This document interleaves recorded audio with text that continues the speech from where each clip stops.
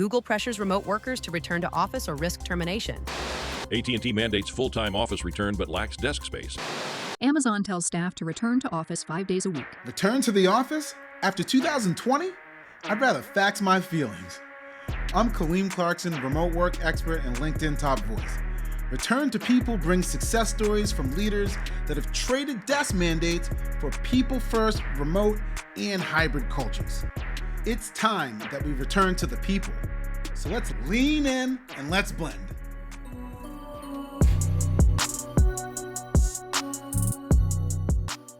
What's happening, everybody? We are back to Return to People. And today's guest is a visionary in shaping remote-first cultures and boosting organizational energy from coast to coast. As the CEO of Blend Me Inc., she's on a mission, empowering teams by believing in them, improving processes, and fueling engagement through therapeutic lifestyle changes. With a master's degree from the University of Connecticut, an HR and communications expert, she's a New Englander turned Atlanta mom who balances high-intensity workouts, healthy cooking, and leadership with ease. Please welcome Jennifer Cameron. What's happening, Jennifer? How are you? I'm all right. How you doing? Good. Thank you for having me. Really appreciate you taking the time. Although we talk to each other every single day, Yes. I do appreciate you taking the time out of your busy day to talk to us about the remote employee experience. All right. But before we get into that, I did some research. I went way back into the vault, okay? And I pulled out this 2010 thesis paper that you wrote before Blend even started, and it was called The Role of the Employee Value Proposition in the Nonprofit Sector. And the reason why I wanted to dig into this first before we talk about Tree is because in actuality, this was the beginning of Blend and how we kind of came up with this idea of Tree and the remote employee experience. And the employee value proposition is like the end result of all of these things that you do. And you just tell us a little bit about what the employee value proposition is. Yeah. So in a nutshell, it is the promise that we make to current and potential employees about what it will mean to work for you. What is it going to mean to be a member of your organization? And so in the realm of the employee experience, it leads directly into that, where the employee experience is about the journey that the employee goes through during their entire time, their entire tenure at your organization. So from the very beginning to the very end of their time with you, that is the experience. It's the sum of all of those interactions and relationships that you build, the activities that happen, the work that gets done, those feelings that you have, those relationships you make, all of that is the experience that is provided to your employees. And so the employee value proposition is very much aligned with the employee experience. That is awesome. And, I'm sorry to have to catch you a little bit off guard by digging into the vault there, going all the way back to 2010, but I'm going to go ahead and quote you. If the employee value proposition is true to the message it sends, it can be a powerful tool for attracting, engaging, and retaining talented people. Damn, 2010. That's so great. That's so great. Timeless, right? Some things just remain true. Right. Because that's true today. Treat them right. Yeah. Treat them right. So the remote employee experience, Tree. I remember when we were looking at this, it's like, well, what are two things that are just critically important as far as rooting principles? And we kept coming back to trust and responsibility. So let's start with trust. Tell us a little bit about what it is that we mean by trust in the remote employee experience. So we added trust and responsibility. Those are the T and the R. And we added those as more of the foundational principles that are sort of at the root of all experiences, because in leadership, in how we run organizations, in the absence of trust and in the absence of responsibility, you have a workforce that doesn't know how to function properly. So we incorporate trust because It's kind of an elusive idea because trust is a feeling that we have, but it Yes. really is, it's representative of feeling like the people we work with are honest, that they're reliable. And so when we talk about trust, there are things that we can do to build that trust, Mhm. but it is certainly something that is at the very foundation of operating. You have to have it. And without it, then your employees won't be happy. You won't retain them. You won't motivate them. You won't engage them. So they're absolute. I remember when we were really thinking about these things, the reality is, and we love acronyms. Sorry, we love it. We're cheesy. We love acronyms. We're big Karate Kid fans. So tree, the roots, it flows. It is what it is. I just remember talking about these two principles, specifically trust, and thinking, wow, it really is a two-way street. Like the employer has to trust the employee that they're going to get the job done, that their interview process was accurate and they've selected the right person. They have to assume trust in a remote setting. You're not in front of people. So it's hard to really gather some of those data points that you can gather in person. And then on the flip side, the employee, back to your awesome statement of the employee value proposition, the employee has to trust what they advertise as their employee value position as being true. So it really is a two-way street. And if the organization can't trust the employee and the employee can't trust the organization, it's really difficult to operate a really high-level remote employee experience. And that's kind of part of the brand too, right? If you're known for being a company who does the right thing, is trustworthy, you're going to start attracting those types of talent that you want in your organization. If you're not known for that, then you're not going to attract the type of talent that you want. So there's definitely some purpose behind it. All right. So on to responsibility. So Mhm. talk to us a little bit about Yep. that. So responsibility, again, it's kind of foundational, right? We grow up learning to take responsibility for our actions, for the things we say, for how we make people feel. And it's no different in the workplace. It is a mutual exchange in all of the relationships that we have and all of the relationships that we build and cultivate in our workspaces. And so it's about setting those expectations about I'll do this, you do that, and we're going to have a good relationship. So when employees have a sense of purpose and they get that by having that ownership of the work that they're given, Yes. they're taking that responsibility for it. And when you extend that autonomy for them to do the work themselves, delegate a little bit more, then they do take on that sense of responsibility and hold themselves accountable for doing good work they want to achieve. So it is definitely a mutual exchange between the employer and the employee. Yeah, for sure. I love how you talked about autonomy, and that kind of goes back to the first principle of trust. So they definitely work together, right? In order for you to give for sure. your employees some more responsibility, you have to trust them. So those work really well there. And, I feel like I remember when we were talking about these, we're pretty passionate of like, the organization has to take on a lot more responsibility for sometimes the things, I don't want to say the failures of their employees, but like sometimes employees aren't set up to succeed in a lot of organizations. And this responsibility with the organization, again, it's a two-way street, right? The organization has to take on the responsibility to ensure they have all the resources set up for their employees, the right computers, the right trainings, all of the things, right? A psychologically safe environment so that, people can raise their hands when they have questions. And then the employee has to be able to get the job done, take on the responsibility of getting the job done, and then be proactive in asking questions. And I think a lot of organizations that are returning to office right now, I think this responsibility got really cloudy. Sure. Yeah. Well, and I think transparency is a big piece of that for both trust and responsibility. We want leaders to have open communication and transparent in how decisions are made. Why are decisions made the way they're being made? And so when you give employees a little peek into how that's happening at the executive level, it builds the trust and you're modeling that sense of responsibility. So it makes them want to do it too.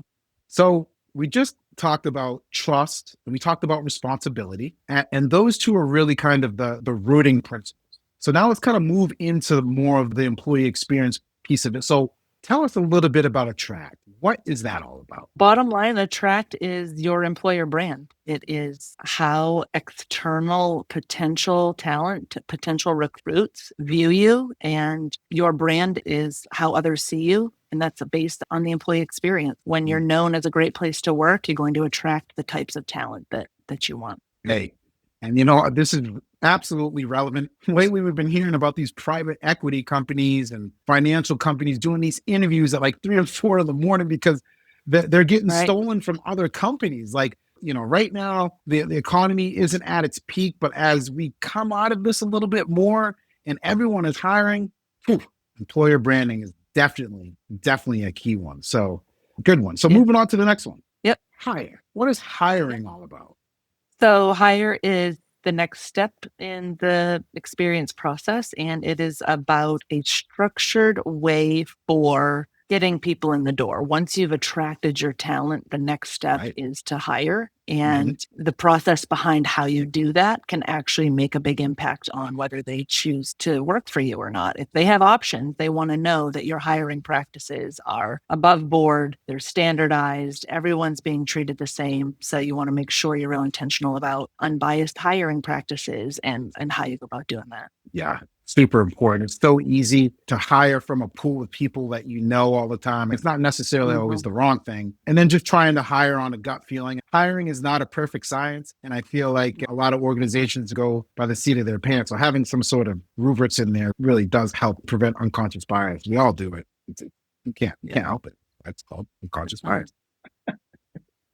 So now you've attracted the talent, you've hired the talent now. Next is onboarding. Talk to us a little bit about onboarding. Onboarding is really you confirming why they chose to work for you. So now they've had a little peek into what you stand for through your attraction process, your hiring process. Now's your chance to set your employees up for success. And this is a much longer window than traditionally expected. It's not the first week, 2 weeks, 30 days even. Onboarding should take up to or longer than a year because you need a big runway for your new recruits to get integrated into the people and the processes and being able to succeed with your company. You want to make sure you're setting them up early on. And really, that's kind of what the onboarding practices are for. I kind of forgot about that one piece when we were talking about this back in the day about confirming the right decision. That's fascinating because you don't think about what your employees are going through when they take a new job. Yeah. It's a lot. They're going through a lot. Did I make the right decision? And you want to confirm for them that they did, yes, in fact, make the right decision. And how do you do that, right? You set them up for success early on. You have onboarding buddies. You have team building things that they feel like, okay, I did make the right choice here. Yeah, for sure. The other thing about onboarding, you mentioned about length of time, and of course it varies, but most people think about those 2 weeks and just getting your benefits in. But if your employees are trying to figure whether they made the right choice or not, I don't have the stat right out there, so don't quote me on this, Google it.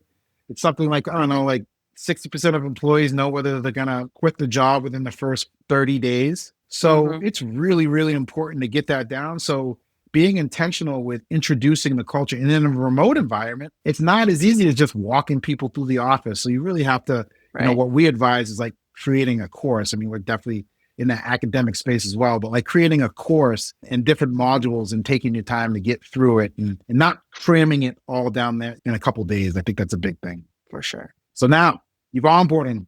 They're part of the family. You've onboarded. Part of the team. They have an onboarding buddy. Next up is engagement. Now this is a big one. Yep. So what's engagement? The next 3 are really like the meat of the employee experience because we're at a point where your new recruits are onboarded. Now they're starting to be productive. They're actually integrated into the company. And now you want to make sure you keep them. And engagement is how you will retain your employees. Whether they've been there for 6 months or 6 years or 30 years, you have to continuously engage so that they're continuously motivated and productive and creating those synergies with their work peers that makes them want to stay. And so, there's this psychological contract about knowing that how you fit into the big picture of the organizational goals and the mission and the vision. And so there's a whole bunch of tools that you can have in your toolkit for engaging your employees, but it's a big piece of the experience. If they're not engaged, because it's a little different from satisfaction, a lot of people kind of use those interchangeably. And Satisfaction is like, yeah, I'm happy here. I'm content and I'll do what I need to do. But engagement is really that employee that's going above and beyond without you having to ask them to do that. And it's because they really are behind, who you are as an organization and what you're doing for work. They're finding meaning in their day-to-day that they're doing. So that's more of an engagement perspective. I love that. Like, what are they doing when you're not looking? That's a good one. Like, what are your employees doing when you're not looking at them? And that's part of engagement. And for me, I'm a big connection person. I do a lot of talks on connection. Yep. This is a big part of that, especially in a fully remote organization, and obviously hybrid too. You have people in different locations. This is where I think leaders that are returning to the office are really feeling something different and like, it doesn't feel the same. You can't kind of put your fingers on it. And the reason why is, well, you didn't plan and you didn't do these things intentionally. So engagement is just such a big area because people have different timelines within their career. You have your newer people in their career. Sure. So real challenging. Yeah, and that's why they call the experience the journey, right? Everyone's in a different place. So for sure. Yeah. Okay, so you're making sure they're engaged. Next, so what's performance all about? So performance is, it's about not having the outdated process of the annual performance evaluation. Basically, I'm so upset when I still see organizations that are like, okay, we're going to evaluate you once a year, and thanks for being prompt to the meeting, you get a thumbs up. That's not what performance is. It's about having true metrics on real performance metrics on, day-to-day activities that your employees are doing and making them relational to the work. So making sure that their KPIs or whatever tool you're using to measure is truly gauging that person's output and not the amount of time that they're in front of the screen or, logging in and clicking that button that says, I'm here, I'm present, I'm here, attendance, but it's more about, what are you doing? Show me your work. And then giving real-time feedback in the moment. Don't wait for a year later to, tell me how my performance is. So kind of a shift there in terms of mindset around managing performance. But, feedback is intended to be meaningful and employees want that meaningful feedback. Sometimes it's, constructive and whatnot, but definitely a key element to how they're experiencing your work environment. Yeah, no doubt. Again, another principle, performance, that I believe personally a lot of organizations have just never put into practice, even in person. When you're talking about measurable KPIs, I feel like the organizations who had a really difficult time during this transition from, during the pandemic were organizations who actually did not have these measurable outcomes for them to say, hey, you did a really good job. I think most salespeople have a pretty easy KPI as far as numbers of sales, but there are things that you could do as well for salespeople. Like how many phone calls did you make? How many follow-ups? How many emails? So KPIs, I think, are really the crux of why a lot of organizations are returning to the office because they just don't have them, And then I love how you talked about it's kind of bleeding into the next principle, which is develop. We're going to talk about that in a second, but feedback, the performance not being an annual thing. And we're seeing a lot of forward-thinking organizations kind of moving to this continuous performance kind of evaluation and making the performance management process more about growth versus like whether you're doing the job or not. So kind of a perfect segue into develop, the next principle. Can you talk to us about develop? And those do overlap because performance is about learning, right? So you're not doing a good job 100% of the time. So when you're not, you get that feedback and it's an opportunity for growth. It's an opportunity to learn how to do something different or do something better. And so development is similar in that it's a phase for learning, but its performance is more about the day-to-day activities and the tasks you're completing. Development is more about future state of providing support to your employees to grow. We want our leaders to make sure that our employees are in support of doing new things and learning new skills and upskilling and reskilling and whatever pathways they're interested in, making sure you're providing that nudge, that push for them to go learn new things. And so by doing that, though, having those development opportunities, again, keeps them engaged, keeps them motivated, keeps them at your organization. You want to retain them. And this is offering development opportunities is a sure way to help them, think, okay, I made the right choice to stay here. They want me to be better. So I'm going to be better. Yes. all these principles are important. I'm loving this because I'm just like, oh my gosh, we got to dig deeper into development. But the idea about develop that really gets me excited, and something that I think a lot of organizations haven't been able to figure out, is succession planning. Why always hire a new CEO or a new high-level executive from the outside when if you develop all your people internally, it's cheaper. They have some of the organizational historical knowledge. On top of that, it keeps your other employees engaged because they're seeing people move up. This develop can be a really powerful, powerful tool. And a big reason why we're seeing a lot of L&D professionals get director level positions now. It's actually a growing space. And when we're talking about AI, we're talking about how quickly all this technology is changing our jobs, including remote work. You have to be able to develop. You have to be able to grow. Yeah.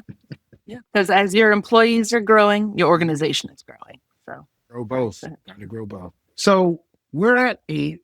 You're developing your people. You've engaged them. What's depart, the last principle in the journey? Yeah. So, the engage, perform, and develop sort of phases in the employee experience are fluid. They continuously happen. But when it does come to the point of somebody's going to leave, we call that departure. And it is the last step in the journey with your organization as part of that employee experience. And so just because they're being terminated for whatever reason doesn't mean the relationship has to stop there. So we're always encouraging you to do those exit interviews to understand why someone's leaving so that you can sort of mitigate future instances of it. But it's also about those shared networks. You're in this space because you're all working together. So there's a good chance that you're going to have those similar associations, those similar network groups. And so when somebody departs, you don't want the relationship to end there. You'll probably be in some of those shared spaces. So you want to reserve that relationship. And you never know. Somebody that leaves your organization today might be somebody you're reaching out to a week from now or a month from now or a year from now, saying, hey, what do you think about this? What are your new thoughts on this in your new position? What are you doing when this type of thing pops up, And so you kind of keep those synergies going. And so departure is the last step in the journey with your organization, but it's not at all the last step in that relationship with each other. Oh, I love that you tied it to relationship. That was so great. I really like that because one of the things that we talk about, so offboarding, departures, you're offboarding, like how are you going to offboard these employees with the organization, but you're not offboarding the relationship. It's still something that you're doing. You never know who that person is going to become either, right? Like, let's just say you're a web development agency and one of your top, executives decides to leave and they go to some huge company. I don't know, Coca-Cola, we're in Atlanta. They go to Coca-Cola and then they're in charge of the new web development bid. Like, who knows? You never know what can happen. And then you submit your bid and you're like, oh my gosh, they used to work for us. I mean, these type of networks always happen. And then the other thing that I think is just really, really critical, even when it's non-voluntary, there's a lot of opportunity for really good feedback. Somebody who's heading out the door usually has no filter regardless. They're really going to tell you all about that. Hopefully you want to know that information, right? Sometimes it might be hard to hear, but you definitely want to hear it. You definitely want to hear it. Well, that's great. Thank you, Jennifer. So that is the remote employee experience in a nutshell. It was really cool to kind of go back and really look at like some of the writings that kind of started Blend. I mean, can't believe we started this thing in 2013 and we're still keeping it going. So it's been really fun. So I got a couple of questions to ask you to kind of end this. Okay. So if you were going to get in your DeLorean with Marty McFly and go back in time in your professional career, what advice would you give to yourself regarding the remote employee experience?